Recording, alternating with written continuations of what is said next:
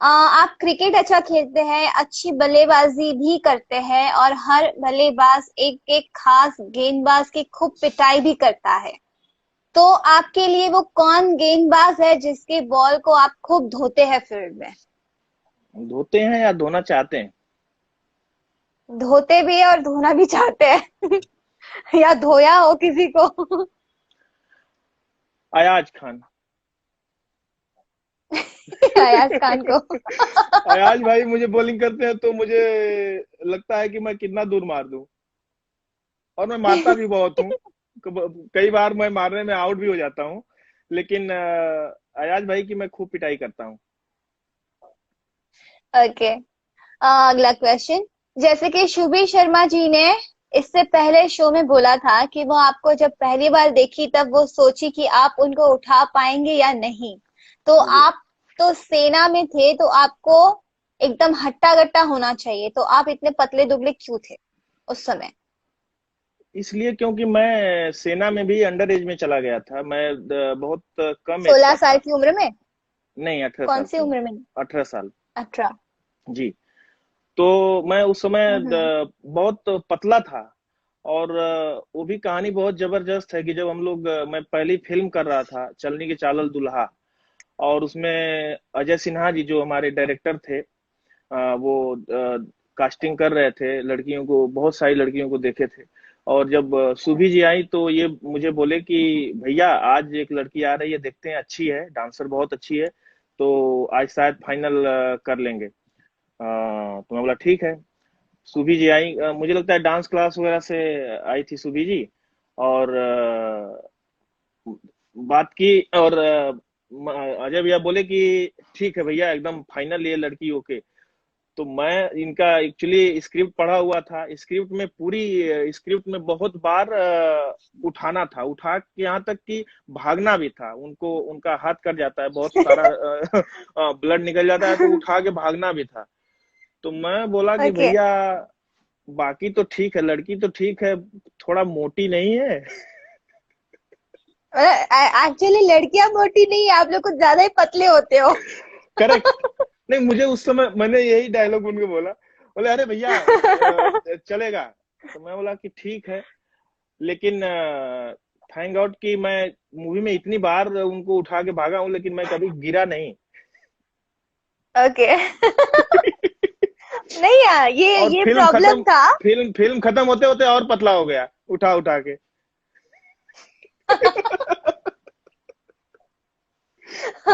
मेरा पहला दिनेश जी के साथ गाना शूट हुआ था पटना से पाकिस्तान का। तो जी। वहां पे एक तो मेरी तो हाइट भी ज्यादा है और मैं मतलब हट्टी कट्टी हूँ, ऐसा नहीं कि बहुत पतली हूँ या बहुत मोटी है, ठीक है। हम्म। तो वहां पे उन लोग ने बोला, ये कोरियोग्राफर एंड डायरेक्टर ने, कि यहाँ पे उनको ऐसे घुमा के, वो ब्रिज का सॉन्ग था हमारा, एक ब्रिज पे जी। दबे पाओ यह जो गाना है हाँ हाँ। हमारा, जी जी आपको जी। पता होगा। जी तो जी वो जी। ब्रिज पे एक तो वो स्लोप में भी था, हम्म। और ऊपर से दिनेश जी को बोला गया कि मुझे उठा के वहां पे गोल गोल घूमना है, ऐसा भी नहीं कि मिडल में, थोड़ा सा और नीचे, जैसे पूरा ऐसे होता है ना वहां पे। हम्म। तो मुझे बहुत डर लगा कि फिर मैंने उनको बहुत रिक्वेस्ट की, डायरेक्टर प्रोड्यूसर की, सर प्लीज उठाना वाला बंद करवा दो, उठाना, उनको मत उठाने दो, मुझे दया करो उन पे, ऐसे की। बहुत फनी था वो सीन मेरा। हम्म। बट उन्होंने उठाया मुझे।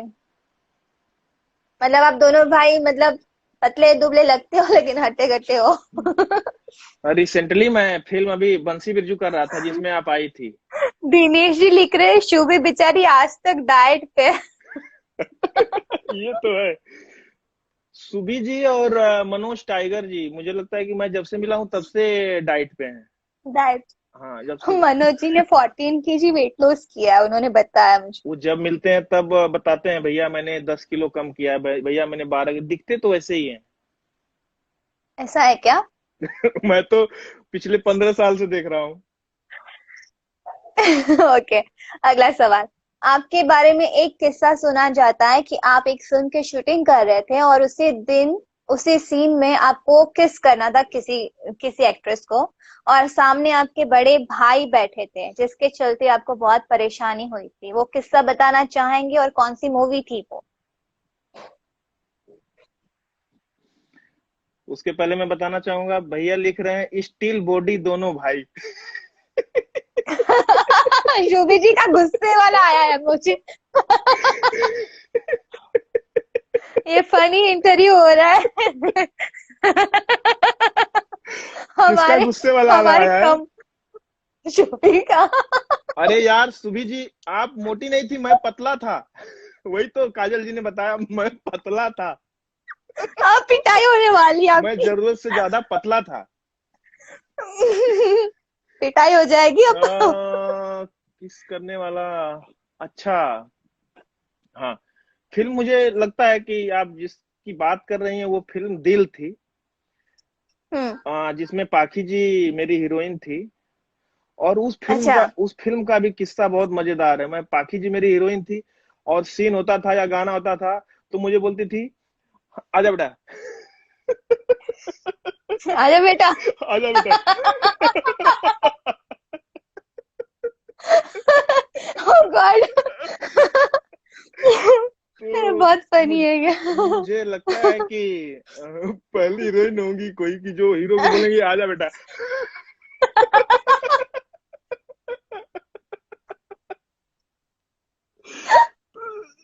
अ, ओके।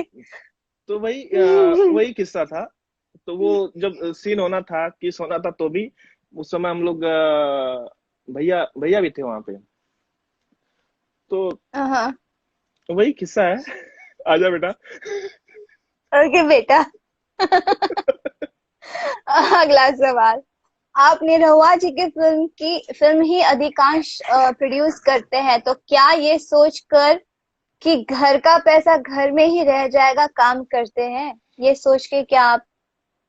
जी, उसका ये रीजन नहीं है। उसका रीजन ये है कि जब मैं कोई फिल्म प्रोड्यूस करता हूँ, तो मैं कोई फिल्म, अच्छी फिल्म बनाना चाहता हूँ, जो कि जिसमें एक अच्छी फिल्म बनाने के लिए बजट भी लगता है।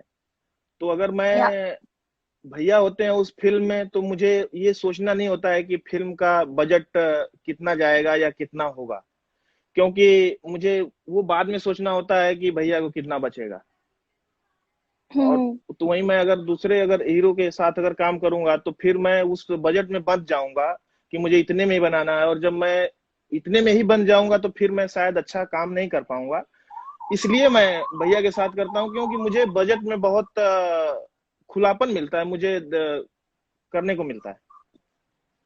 आम्रपाली जी ने लिखा है, हाँ तब तो दिनेश जी का सामने बैठना बनता है, सोचे होंगे छोटा भाई बचपन का बदला ना ले ले।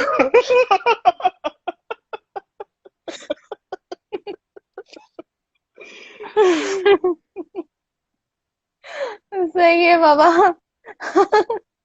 हैदराबाद ओके। में एक दुकानदार। जैसे कि आज बहुत ही अच्छे म्यूजिक कंपोजर साजिद वाजिद जो है, उनमें से आज एक का देहांत हुआ है, तो उन्होंने, किसी फैन ने पूछा है कि उनके बारे में कुछ बोलिए। बस बहुत, ये तो दुख की बात है।